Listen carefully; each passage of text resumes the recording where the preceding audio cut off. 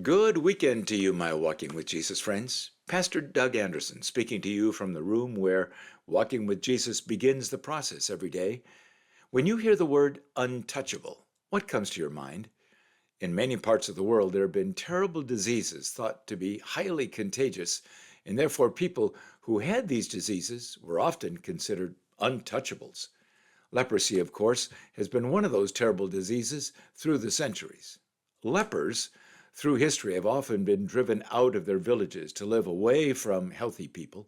In some societies, they were forced to carry a cowbell and ring that bell if a person came too close, not knowing they were a leper. In the first century, Jesus several times encountered lepers. Of course, they and their families were intrigued to consider that with the miracles Jesus was doing, perhaps he could actually help lepers, maybe even cure some, enabling these leprous people who had been excluded from society to return to their families and maybe even somewhat normal lives. Today, let's watch as a leper comes to Jesus seeking help. I find this story in Matthew chapter 8, Luke chapter 5, and I invite you to join me in Mark chapter 1. Mark describes this unexpected encounter as a leper approaches Jesus and falls on his knees before Jesus and cries out, "If you are willing, you can make me clean." Mark chapter 1, verse 40. That tells me this leper had heard some miracle stories about Jesus. Who knows? Maybe somewhere along the line, this leper had actually met a person whose life had been changed by a Jesus miracle. What do you hear in the leper's words? I hear confidence, courage, and hope that Jesus would view the leper very differently from others who saw him as an untouchable. Amazingly, Jesus paused, looked compassionately at the man, and did something unthinkable. Jesus touched him. And more, I think Jesus helped the leper to stand up on his leprous feet. Jesus didn't run or tell the leper to keep his distance. Jesus actually reached out and touched the leper. I presume some of Jesus' followers were with him, and perhaps they had backed away as the leper approached Jesus. Maybe they had pulled their sand scarf over their faces, as they would in a sandstorm, only this time to keep from inhaling any leper germs. But now, as they watched Jesus touch the man, lifting him to his feet, Jesus' followers were stunned into disbelief. Jesus would now be unclean for having touched this leper. What was Jesus thinking? Why would Jesus run this risk of becoming a social untouchable? Pause and think about this for a moment. Have you ever risked your reputation by helping a person others viewed as untouchable? Our world is filled with untouchable people, isn't it? So who are they in your city, my friends?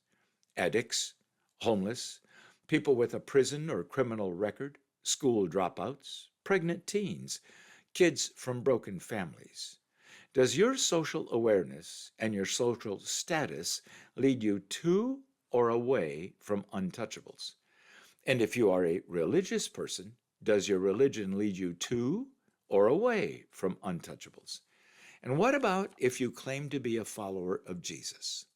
As Jesus helped the leper to his feet, Jesus said something those who heard it would never forget. I am willing, be clean.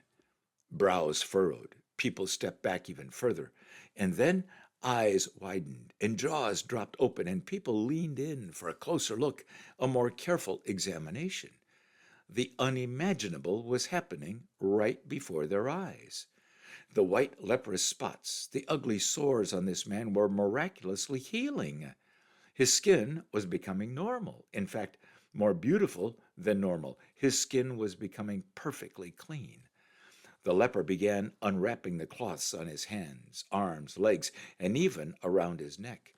Those filthy claws hid the ugly sores. I wonder if maybe Jesus reached out to help the man unwrap himself, showing to the leper and all who were watching that his skin was perfect.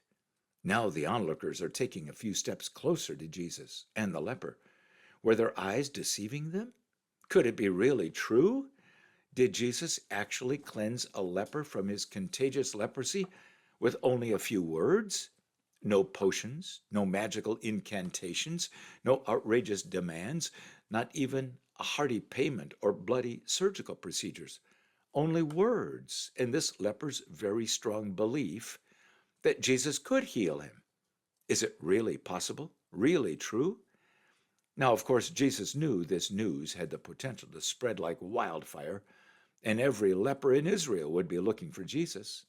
So Jesus said to the healed leper man, "Don't tell this to anyone, but go, show yourself to the priest, and offer the sacrifice that Moses commanded for your healing."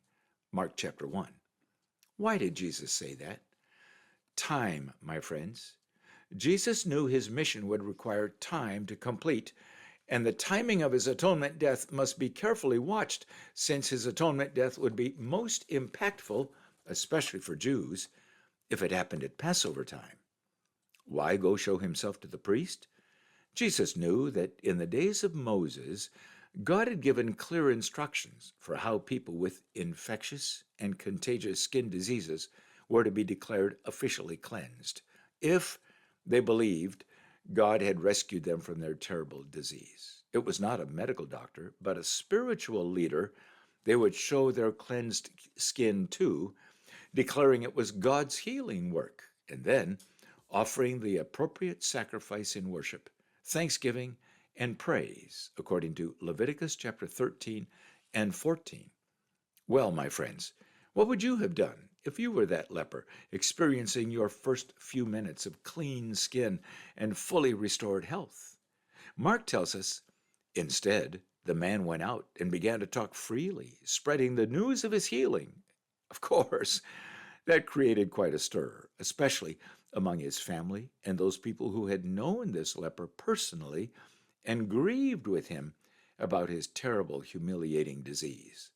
Word did spread like wildfire, and people came from everywhere as soon as Jesus was found to be in any town. This is part of the reason Jesus kept moving from town to town, bringing the message and hope of God's redemption plan to people throughout Israel. Let's pause here and ponder this remarkable miracle and the difference it made in this leper's life, his family, and even his town. From isolation and shame to a joyful, celebrative life, reunited with his family because Jesus was willing to touch him when no one else would, and to unleash God's power in healing this leper. Are you at a point in your life where you are nearly as desperate for God's powerful healing touch? Can you invite God's touch with as much confidence as the leper did? Some great reflection, lesson learned notes are at the Grand Narrative link below, and then a wonderful worship song that may help you invite Jesus to unleash his mighty healing power into your untouchable need. And I'll be here waiting for you tomorrow.